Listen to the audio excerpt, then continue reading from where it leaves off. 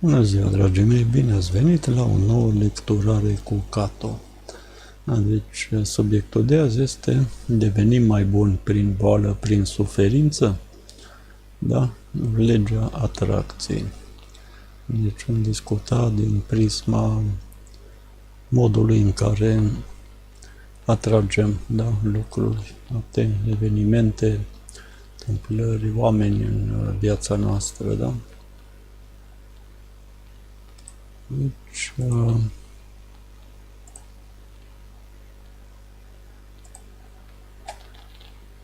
lecturarea este de pe blogul meu, da? Love Blog for All. Aveți aici ultimul video, legea atracției și suferința, nefericirea, făcut recent, chiar ieri. Aceste videouri care au ca subiect comun legea atracției le veți găsi în playlistul meu YouTube, legea atracției, manifestarea, da? Unde veți găsi și multe alte videouri interesante, dar legate de această tematică a legii atracției, cum atragem, cum manifestăm în viața noastră. La ora actuală sunt vreo 63 de videouri.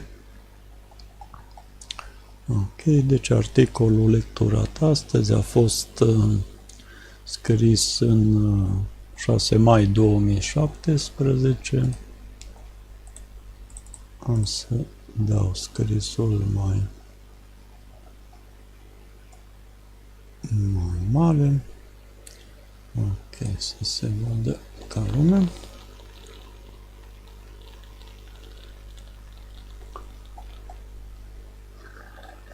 Deci devenim mai buni prin boală, prin suferință? Da, aceasta este întrebarea de la care am pornit. Și articolul are la bază un schimb de idei care de pe Facebook, probabil că a fost de mult, deci în 2017, da?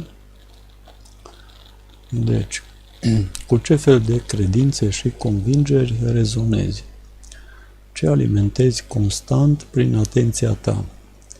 Ce fel de gânduri produc rezonanțe zilnice în mintea ta, în sufletul tău, în mod constant, predominant? Forța rezultantă manifestată ca efect al compunerii tuturor forțelor gândurilor tale te îndreaptă într-o direcție și sens. În ce direcție și sens te îndrepți tu acum?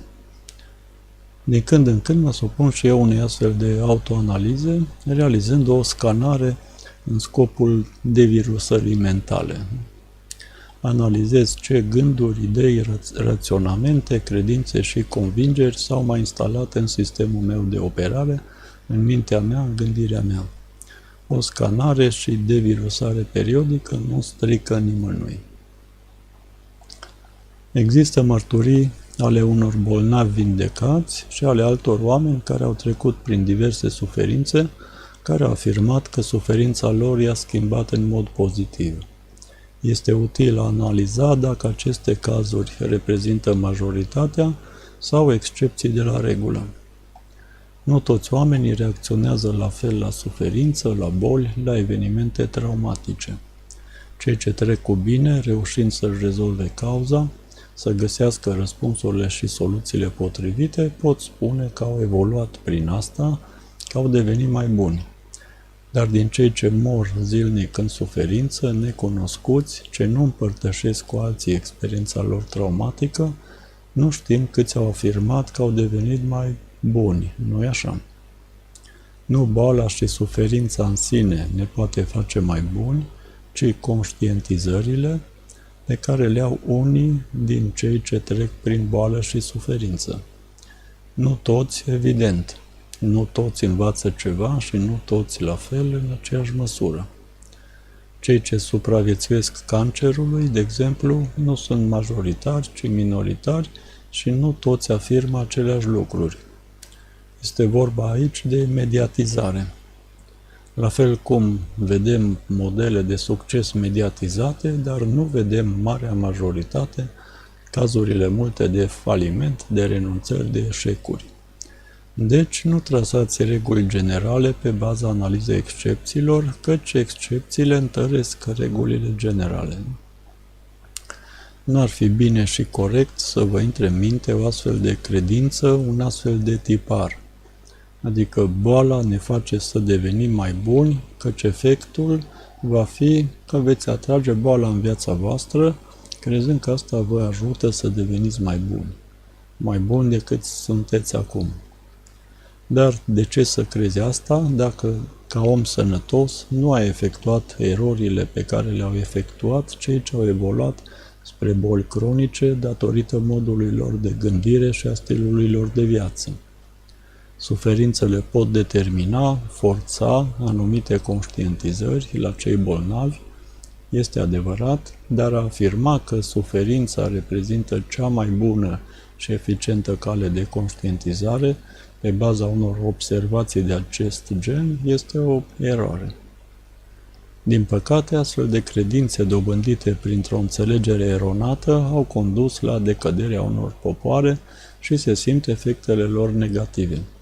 Mari maestri spirituali au afirmat că suferința reprezintă o cale de conștientizare, că este un mijloc, dar afirmațiile lor au fost preluate de adepți extremiști care au făcut din această cale mijlocul lor principal și au ajuns să elogieze suferința și să-și provoace singuri suferințe, crezând că așa vor evolua mai rapid. Mediatizarea acestor credințe au condus la efecte în masă, căci este foarte ușor să-ți provoci suferința, să atragi suferința. Este ușor să crezi că ai de dus o cruce în spate toată viața, să preiei un astfel de model al sacrificiului de sine și să atragi asupra ta suferințe, crezând că asta te va mântui.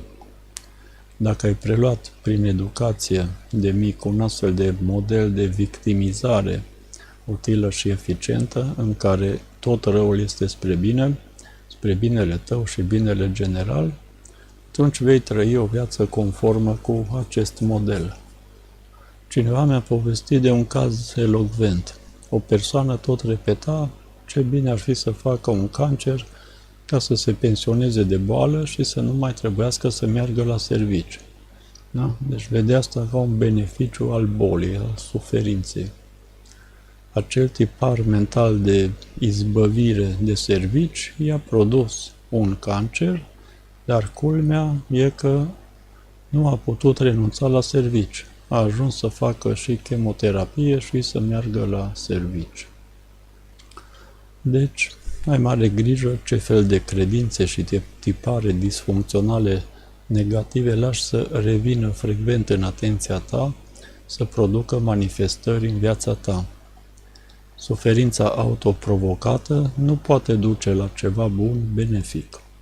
Suferința autoprovocată conduce la autodistrugere autoprogramată.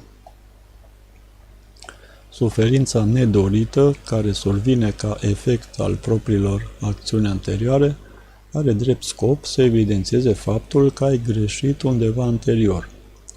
Suferința, durerea, reprezintă un semnal, o avertizare a faptului că ai gândit și ai acționat în mod eronat în trecut.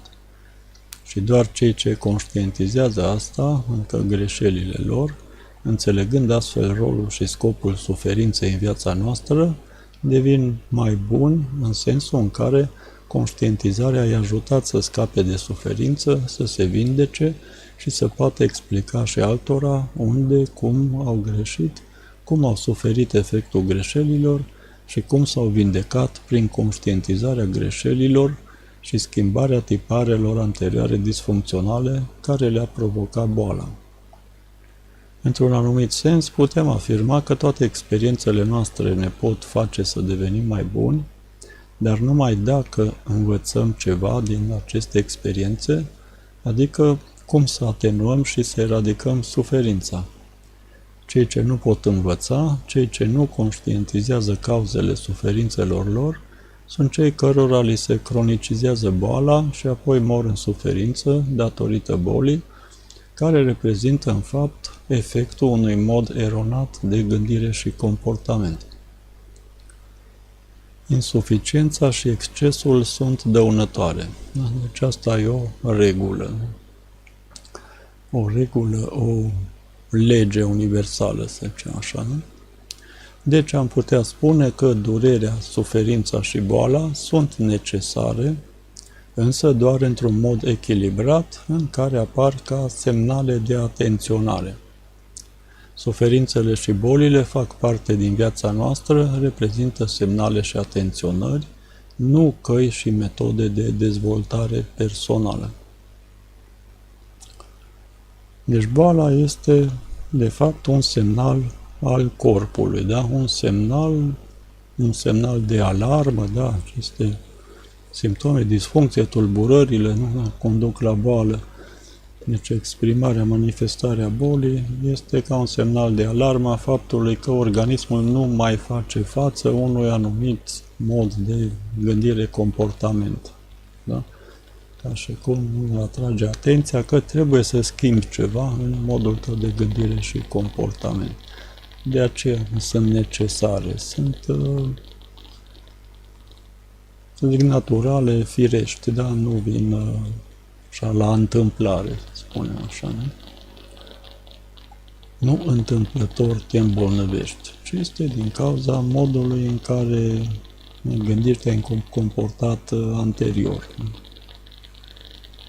Deci nu putem eradica boala și suferința total în mod absolut niciodată, cât timp oamenii vor continua să efectueze erori de gândire, deoarece nu putem rupe lanțul determinismului cauzal, nu putem anula efectele cauzate de noi. Da? Deci, efectele gândurilor și faptelor noastre. Da? Cei ce nu înțeleg și nu acceptă aceste raționamente logice nu se pot vindeca, căci nu înțeleg faptul că vindecarea depinde de ei, deoarece boala a fost provocată de ei, creată de ei și deci depinde în continuare de ei. Gândurile și focalizarea atenției pe ceva nedorit, pe boală, întrețin boala și o alimentează continuu. A te însănătoși cu medicamente și unele forme de tratament nu înseamnă a te vindeca automat, ci a obține o ameliorare a stării tale. Da? Și boala va recidiva cât timp nu operezi asupra cauzei, ci doar tratezi simptomele.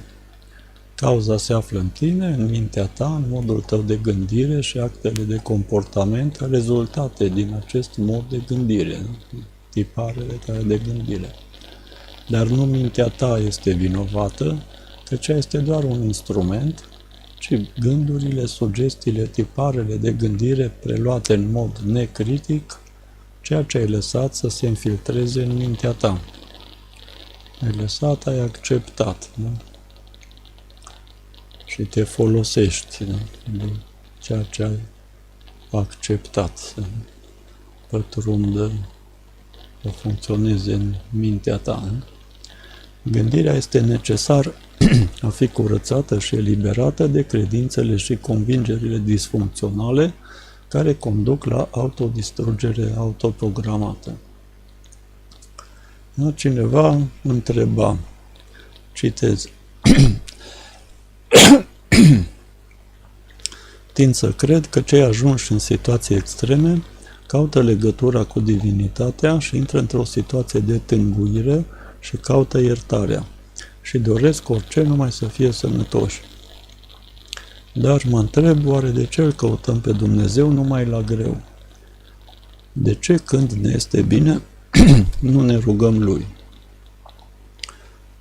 Deci, mare atenție cum vă rugați și pentru ce vă rugați. Pe ce îți fixezi atenția, în mod predominant, aia atragi în viața ta, în manifestare, ca experiență de viață, chiar dacă e ceva ce vrei să eviți. Da? Deci, acest principiu este inclus în această teorie, să zicem așa, a legii atracției. Da? De ce îți fixezi atenția în mod predominant, aia atrage în manifestare în viața ta, da? Ca experiență de viață, indiferent că e ceva ce vrei să obții sau ceva ce vrei să eviți. Da? De ce ți-e frică nu scapi, exemplifică bine acest principiu. Da? Nu-ți focaliza atenția pe lucrurile de care ți-e frică, teamă, lucruri pe care nu ți le dorești, cum ar fi suferința, durerea, boala.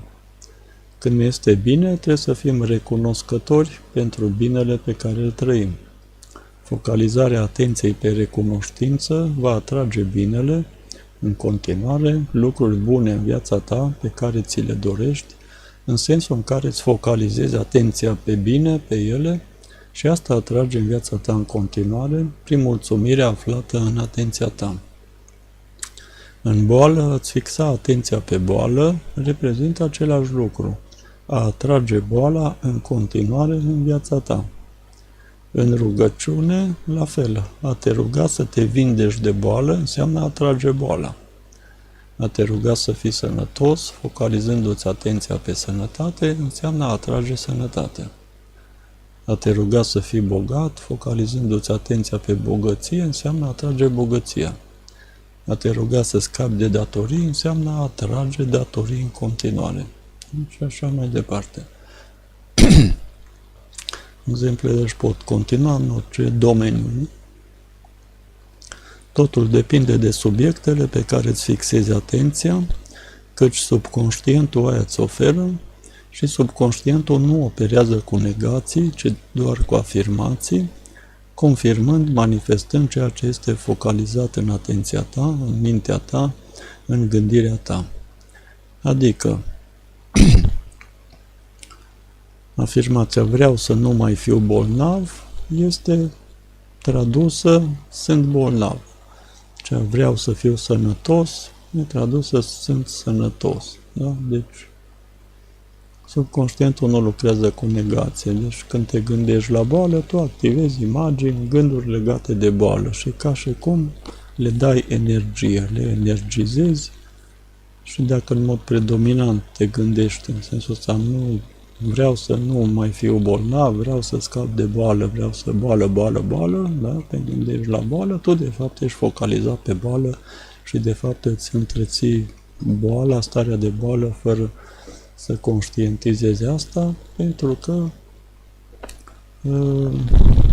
tu produci imagini, gânduri legate de boală pe care le activezi, ca și cum tu accesezi boala, da? Prin aceste imagini, gânduri, asta o activezi, o faci să apară, o întreții în viața ta, da? Poate asta e cea mai bună expresie, o întreții în viața ta, în mintea ta, ceea ce întreții în mintea ta, întreții de fapt și în viața ta. Aduce în manifestare. La fel e și cu banii. Dacă te gândești că vrei să scapi de datorii, vei atrage datorii în continuare.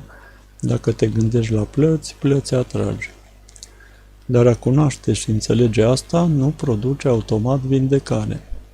Vindecarea vine doar în urma exercițiilor repetate prin care schimbi acele obișnuințe și tipare disfuncționale care te-au îmbolnăvit, acele tipare de gândire nocive pe care le aduci din obișnuință în gândirea ta, în atenția ta. Vindecarea presupune formarea unor noi obișnuințe, noi tipare pozitive funcționale. În concluzie, ai grijă, fii atent la raționamentele care te motivează să vrei să atragi un anumit lucru în viața ta. În tot răul este un bine, se zice, da? Deci tot există așa o compensare, dar a crede că dacă îți produci un rău, îți va fi bine, asta este ceva disfuncțional, un raționament eronat, care va atrage suferință în viața ta, nefericirea. Da? Și de ea te vei bucura după aceea în continuare. Okay. Acesta este articolul, mai aveți câteva link-uri utile, da? Despre somatizare, link-uri utile către alte articole de pe blogul meu. Aici unde jos va fi și materialul video, lecturarea acestui articol va fi regăsit aici, împreună cu playlistul Legea Atracției, Manifestarea, da? În care sunt și celelalte materiale video. Ok, dacă ți-a plăcut, distribui articolul, îți mulțumesc pentru atenție. Dacă ți-a plăcut, poți să și susții, da? Ceea ce îți place prin o donație. Și cu aceasta închei.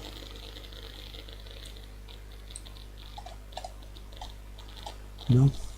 Dorindu-vă tuturor să aveți o zi minunată în continuare.